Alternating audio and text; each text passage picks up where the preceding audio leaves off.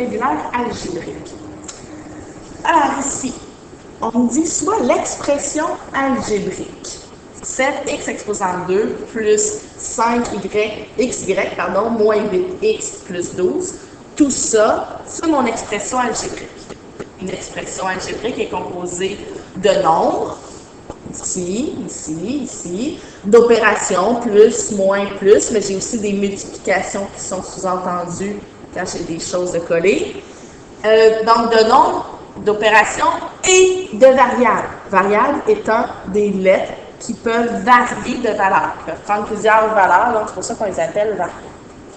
Alors, j'ai l'expression algébrique suivante. On me demande en A, combien y a-t-il de termes? Les termes sont séparés par des additions. Attention, il n'y a pas juste l'addition qui sépare les termes, il y a aussi la soustraction, car une soustraction, c'est une addition sous-entendue. On va se donner un exemple avec des nombres. Si j'ai 10 moins 4, j'ai une soustraction. Je peux changer ma soustraction en addition d'opposés. Ça veut dire que je change la soustraction pour une addition et le terme suivant, je change pour son opposé. Ce qui me donne, au lieu de moins, je vais faire plus, et au lieu de faire 4, je vais faire moins 4. Ça donne la même chose. On se retrouve avec 10 moins 4 ou 10 plus moins 4.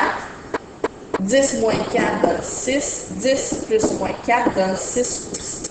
Donc, la soustraction, c'est la même chose qu'une addition d'opposés. Donc, je change la soustraction pour une addition, mais je change le signe du suivant. Alors, les termes sont séparés par des additions et évidemment par les soustractions par les familles. Alors, chaque fois que je rends compte d'une addition et d'une soustraction, c'est que je suis en train de changer de terme. Ici, j'ai 7 fois x exposant 2 plus, j'ai une addition. Donc, c'est un nouveau terme. Plus 5 fois x fois y, moins, j'ai une soustraction. Donc, je suis en train de changer de terme. J'ai un nouveau terme qui apparaît. Le nouveau terme, c'est moins 8x. J'ai une addition, je change. Donc, 12 à la fin. Alors, combien y a-t-il de termes? 1, 2, 3, 4. Réponse, 4 termes. Parmi ces 4 termes-là, combien y a-t-il de termes variables? Donc, un terme variable, c'est un terme qui contient au moins une variable. Il peut en contenir plusieurs, mais il faut qu'il en contienne au moins une. Alors, dans mon premier terme est ici, est-ce que j'ai une variable? Oui, j'ai le x. Donc, j'ai le x qui est ici, donc c'est un terme variable. Dans mon deuxième terme, qui est tout ça ici, est-ce que j'ai au moins une variable? Oui, j'en ai même deux, j'ai le x et le y. J'ai le x, le y, donc j'ai un terme variable. Troisième terme, qui est tout ça ici, moins 8x. Est-ce que j'ai au moins une variable? Oui, j'ai le x. C'est un terme variable. Et mon dernier terme, plus 12, est-ce que j'ai au moins une variable? Non, j'ai aucune lettre, aucune variable. Ce n'est donc pas un terme variable. J'en ai combien? 1, 2, 3. Il y a 3 termes variables dans cette expression algébrique. Ici. C. Détermine le terme constant. Un terme constant, c'est un terme qui ne varie pas. Donc, il n'y a pas de variable. On venait de dire que ces 3-là étaient des termes variables, donc ils ne peuvent pas être à la fois variables et constants. Est-ce que mon dernier terme est constant? Oui. Il n'a pas de variable, il ne change pas, il ne bouge pas, il est constant. Alors, détermine le terme constant, c'est tout ce terme-là. Comme je viens de vous montrer, le terme, c'est plus moins 12, 12 positif. Sauf que quand c'est positif, habituellement, si on n'a rien d'autre à écrire, on va juste écrire 12. C'est sous-entendu. Comme j'ai 12 ans, je n'ai pas plus 12 ans. Donc, réponse 12. D. Quel est le coefficient du deuxième terme? Coefficient. c'est le nombre qui multiplie la ou les variables.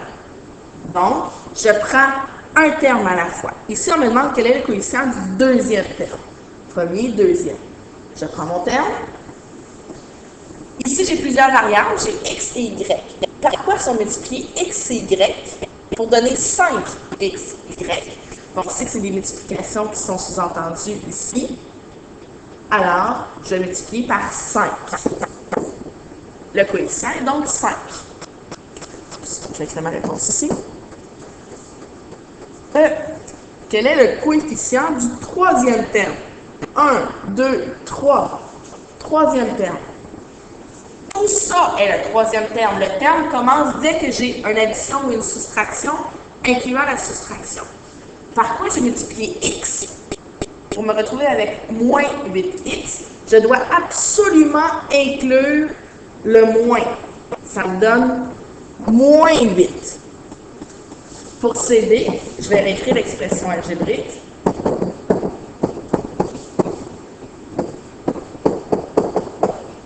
Alors, j'ai un plus, je sépare. J'ai un moins, je sépare. Si je ne suis pas certaine, j'aime pas ça, vous pouvez, ceux qui ont de la difficulté avec les entiers, tout de suite changer pour une soustraction en addition d'opposés. Alors, ici, j'ai une soustraction, je vais changer pour une addition et je change le signe du terme suivant. Alors, quand je sépare mes termes, j'ai juste des additions. Et quel est le coefficient de mon terme? C'est peut-être plus facile de voir ici que c'est moins 8x, le terme au complet, donc le coefficient est de moins 8, puisque j'ai mon addition avant.